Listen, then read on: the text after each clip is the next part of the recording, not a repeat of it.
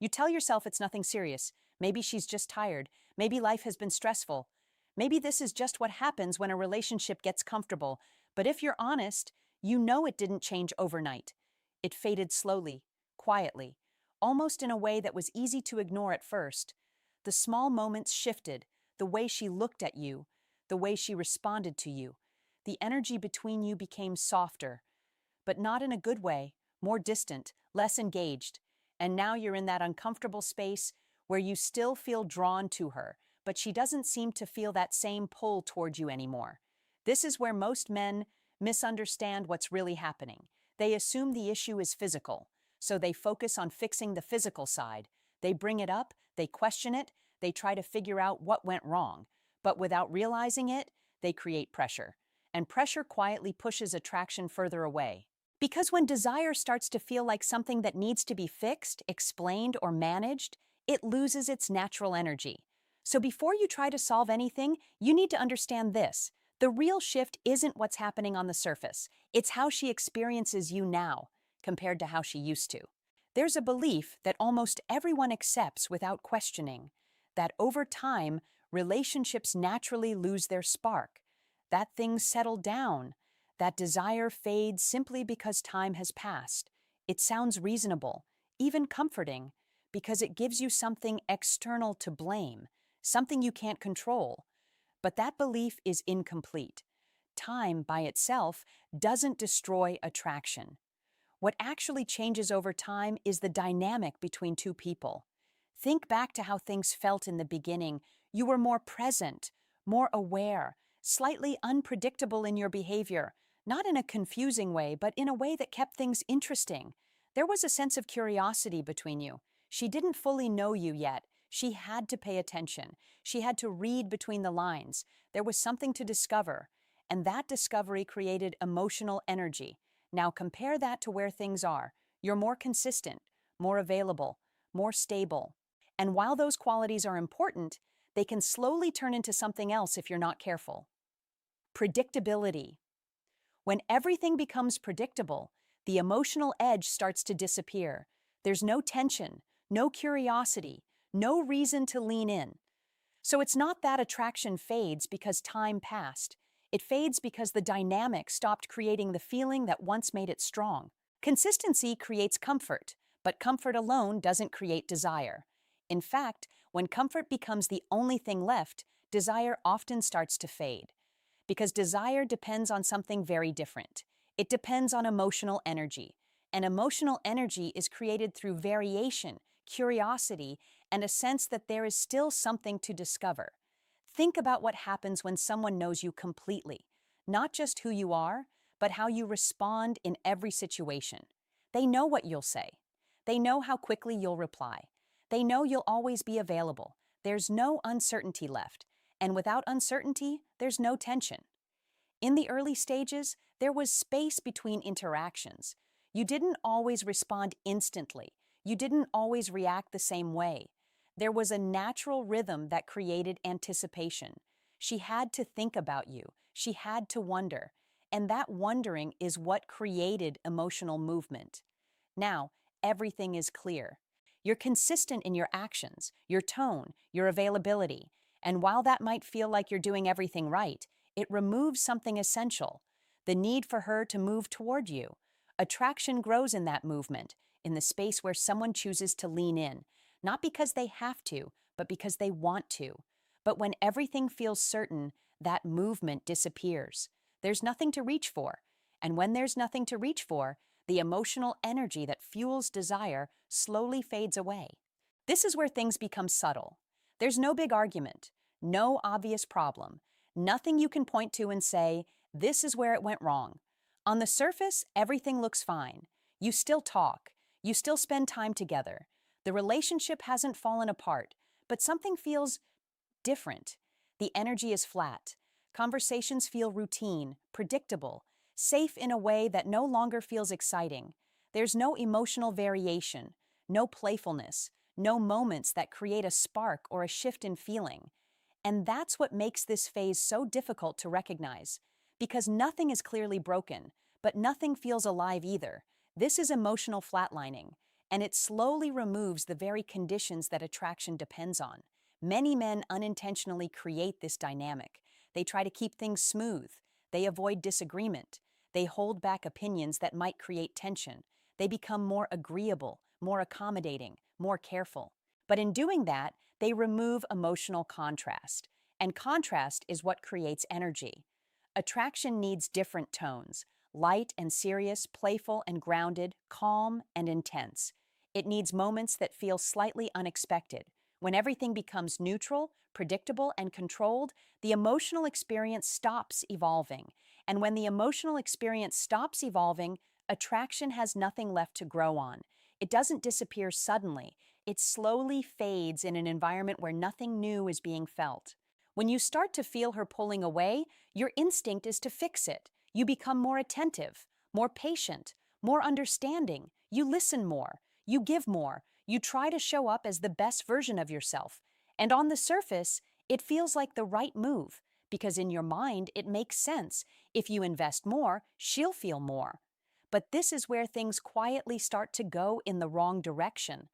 Because when your effort is driven by the fear of losing her, it changes how that effort feels. It no longer comes across as grounded or confident. It starts to feel like you're trying to secure something. And that subtle shift is powerful. The more you give from that place, the more available you become.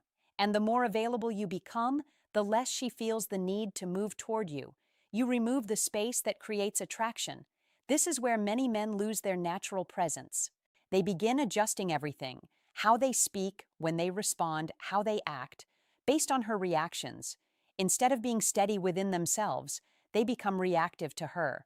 And attraction doesn't grow towards someone who is constantly reacting. It grows towards someone who feels centered, self-directed, and emotionally grounded. The more you shape yourself around her responses, the more you move away from that. And without realizing it, you trade your authenticity for approval. But approval doesn't create attraction. It replaces it. At some point, the distance becomes too obvious to ignore. So you decide to talk about it. You bring it up calmly, honestly.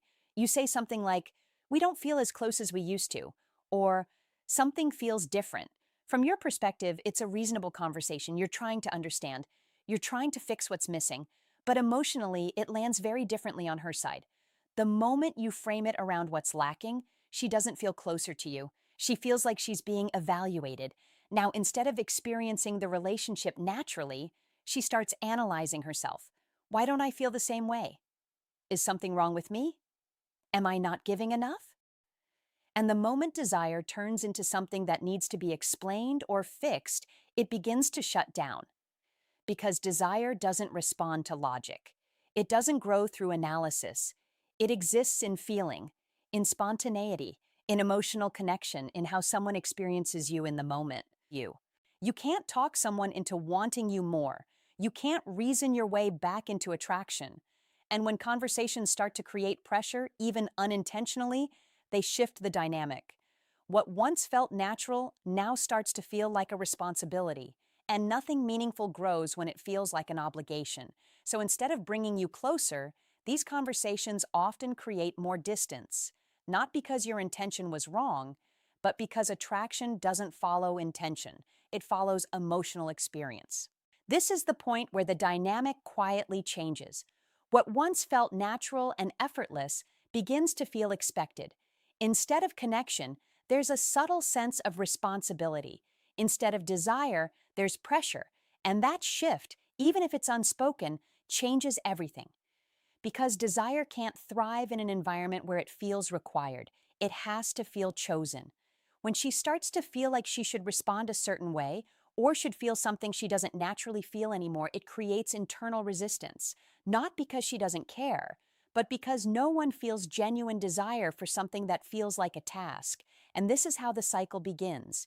You notice distance, so you try to close the gap. She feels that effort as pressure, so she pulls back slightly. You sense that distance and you try again, maybe softer, maybe more carefully. But the result is the same.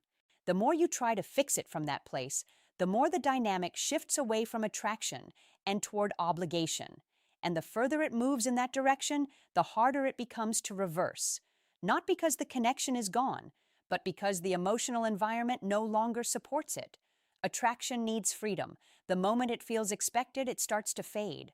So, what actually works? Not more talking, not trying harder, and not forcing change. The real shift begins with how you show up.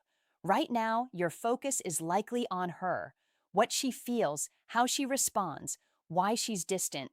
But that focus is exactly what weakens your presence. So the first step is simple, but not easy. You bring your attention back to yourself. You rebuild structure in your life, your routine, your priorities, your direction. Not to impress her and not to provoke a reaction, but to reconnect with your own sense of purpose. Because when your life feels grounded, your energy changes naturally. Next, you remove unnecessary predictability. You don't overextend yourself. You don't make yourself instantly available every time. You allow space to exist again, not as a strategy, but as a reflection of a balanced life.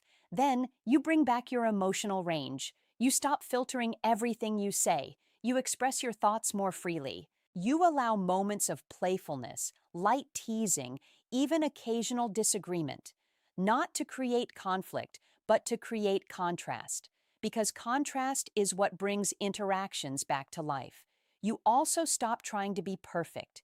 You stop shaping yourself around her reactions, and instead, you focus on being real. At the same time, you strengthen your life outside the relationship, your work, your physical health, your interests, your social connections, not as a tactic to gain attention, but because your life should feel full on its own. And here's the paradox: the less you rely on her for emotional validation, the more attractive you naturally become, because your energy shifts from needing connection to simply experiencing it. And that difference is something she can feel, even if she can't explain it. This is the part where most men struggle, because after you make these changes, nothing may seem different at first. There's no immediate reaction, no sudden shift, no clear sign that things are improving, and that silence can make you anxious. It creates the urge to do something, to check in, to reach out, to see if it's working. But this is where patience matters most, because the moment you go back to chasing reassurance, you return to the same dynamic that caused the distance in the first place. Attraction doesn't rebuild through pressure. It rebuilds quietly, subtly. Over time, she may start engaging more, asking questions, showing curiosity again. She may test your availability in small ways, just to feel the difference. Your role is not to overreact to these moments. It's to stay grounded in the version of yourself you've rebuilt, because consistency in your energy matters more than reacting to small signs of progress. She doesn't move closer because you asked her to. She moves closer because she begins to feel something again, and that feeling grows when you don't interrupt it. Not every situation can be repaired in the way you hope, and one of the hardest things to accept is that effort alone is not always enough. There's a difference between a temporary emotional phase and a deeper disconnect in the dynamic. A temporary phase still has warmth underneath it. There is still care, still effort, still a sense that the connection exists, even if it's currently buried under stress, routine, or emotional distance. But a disconnected dynamic feels different. Conversations become forced. Interaction feels mechanical. Physical closeness becomes rare or absent. You're not being engaged with anymore. You're being tolerated. And if you've genuinely changed how you show up, rebuilt your presence, and rebalanced your energy, and nothing shifts on her side, then the issue may no longer be about what you're doing. It may be about whether the connection itself still exists. This is where many men stay stuck. They keep asking, "And what else can I fix?" instead of asking the harder question, "Is there still something here to rebuild?" Because staying in something out of fear of letting go is not loyalty. It slowly becomes self-neglect. And sometimes, clarity comes not from holding on tighter, but from finally seeing things as they are.